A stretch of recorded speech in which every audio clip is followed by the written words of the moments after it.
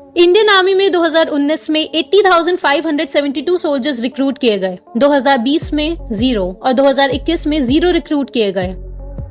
Agnipath scheme में सरकारों को भविष्य में अग्निवीरों को पेंशन नहीं देनी पड़ेगी। 6 महीने की ट्रेनिंग और उसके बाद 3.5 साल के डिप्लॉयमेंट के बाद कम से कम 75% सैनिकों को फौज से हटा दिया जाएगा और उस वक्त उन अग्निवीरों को 11.7 लाख रुपीस दिए जाएंगे और ये 11.7 लाख के लिए आधे पैसे बच्चों की 30,000 पर मंथ वाली सैलरी से निकाल कर जोड़ा जाएगा और आधे पैसे सरकार देगी। लेकिन ऑब्वियसली बाद में अग्निवीरों के लिए अच्छी जॉब लेना काफी मुश्किल हो जाएगा। दुनिया के बहुत सारे देश ABCD इनमें ऐसी स्कीम्स ऑलरेडी मौजूद है। ये कुछ बातें थी जो आपने लगभग हर जगह सुन ली होंगी, पढ़ ली होंगी, देख ली होंगी, क्योंकि मीडिया को अलाउड ही है इतनी जानकारी देना और उन्होंने इतनी ही जानकारी आपको दी। लेकिन अब आपको सबसे महत्वपूर्ण बात समझनी है कि आखिर इंडियन गवर्नमेंट ने इतना अजीब फैसला क्यों लिया। क्या कुछ इंटरनेशनल पावर्स है जिनके दबाव में सरकार को ये फैसला लेना पड़ा? जो जानकारी आप अभी सुनने जा रहे हैं उसे गहराई से समझें और ये वीडियो अंत तक देखें।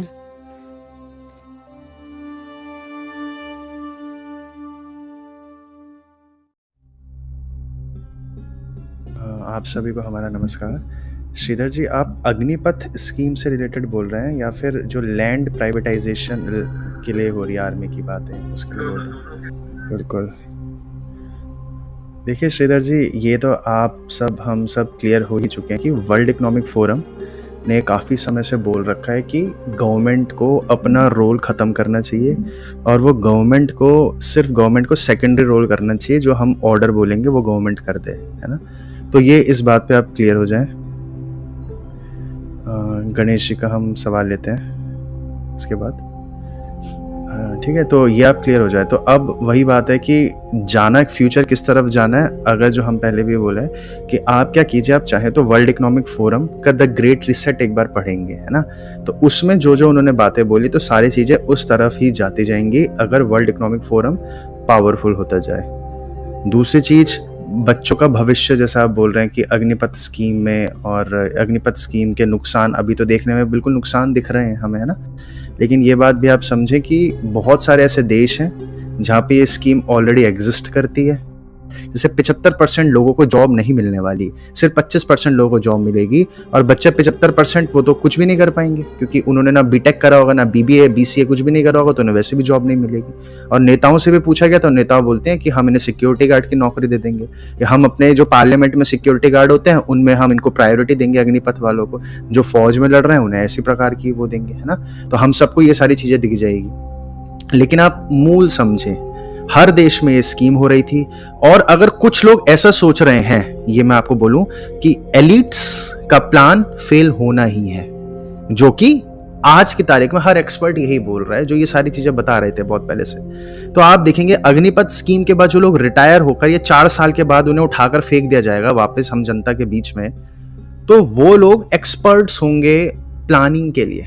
वो लोग लीडर्स बन सकते हैं अगर कोई एजेंडा स्टार्ट करना है हमें, कि हम बोलें कि हमारी फ्रीडम हमें वापस दो, हमें तुम फोर्स दवाइयां नहीं खिलवा सकते, हम पे फोर्सफुली टीका नहीं लगवा सकते, तो वो लोग इक्विप्ड होंगे उन लीडरशिप स्किल्स के साथ। तो वो लोग आगे चलकर किस प्रकार का बर्ताव करते हैं, और ये भी आप क्योंकि ऐसा नहीं है कि वो लोग जो आएंगे तो उससे हमारे देश पे कोई नुकसान हो जाएगा या उनकी जिंदगी पे कोई नुकसान हो जाएगा।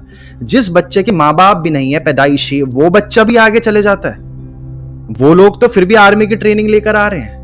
और ऐसा नहीं है कि हमारे देश में पहली बार, पूरी दुनिया में पहली बार हो रहा है, हर जगह होते ही आप जानते हैं ना। तो हमारा मस्तिष्क कितना पॉजिटिव है, कितना सकारात्मक है। मैं नहीं समझता कि अगर वो बच्चे पॉजिटिव माइंडसेट के हैं तो वो 4 साल की ट्रेनिंग उनको कोई नुकसान करेगी, और मैं ये नहीं समझता कि अगर वो नेगेटिव माइंडसेट के होते तो 4 साल की ट्रेनिंग उनको कोई फायदा देगी। उन चीजों में कभी कुछ है ही नहीं, सारी चीजें आपके अंदर है। भविष्य किस तरफ जाएगा, बाहर कुछ भविष्य है ही नहीं। बाहर आप भविष्य देखना क्यों है? भविष्य आपके अंदर, आप किस प्रकार के हैं। ऐसी कोई भी स्थिति पूरी प्रकृति में संभव नहीं है कि जिस स्थिति में सिर्फ लोग खुश रह जाएं। ऐसी कोई स्थिति बनना संभव नहीं है जिस स्थिति में सब लोग दुखी हो जाएं। स्थितियों में कुछ नहीं है। मान लीजिए वो बोल रहे हैं कि पूरी मिलिट्री का लैंड हम प्राइवेट कर देंगे। आपको ये समझना है कि इन्हीं वजह से लोग जागेंगे, क्योंकि आप जानते हैं क्या क्या थ्योरीज बन रही हैं। थ्योरीज तो ये तक बन रही हैं कि जो 4 साल के लिए बच्चों को वहां भेजा जाएगा तो उन बच्चों की बॉडी में इम्प्लांट्स कर दिए जाएंगे उस 4 साल के दौरान, तो उन बच्चों को ट्रैक किया जा सकता है और उन बच्चों का आम जनता के बीच में छोड़ दिया जाएगा।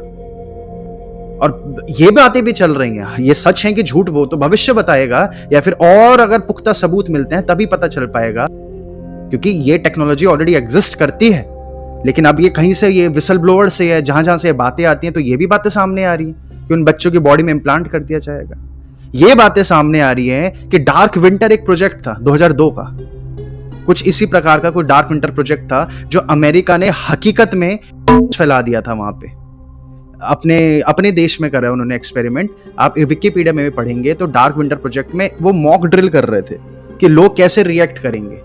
तो लोग बोल रहे हैं कि अब ये फिर से ये जो विंटर आने वाली है, या तो इस साल या फिर अगले साल वाली, भीषण दिक्कतें पैदा करेंगे वो लोग, खासकर ये बिजली का कटआउट कर करके, ब्लैकआउट्स कर करके। और जो मिलिट्री से लोग जाएंगे, ये जो 4-4 साल की ट्रेनिंग के लोग आएंगे, तो ये लोग उस 4 साल के दौरान, जब ये डार्क विंटर होगा, उस 4 साल के दौरान सर्विलेंस स्टेट बनाई जाएगी पूरे देश को।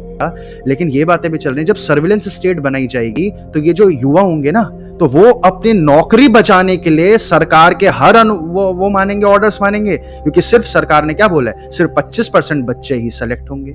और इस लालच में सरकार जो भी ब्रूटल से ब्रूटल हरकत करने को बोलेगी वो ही करवाई जाएगी, वो बच्चे खुशी खुशी कर लेंगे। ये सच है कि झूठ वो तो भविष्य बताएगा।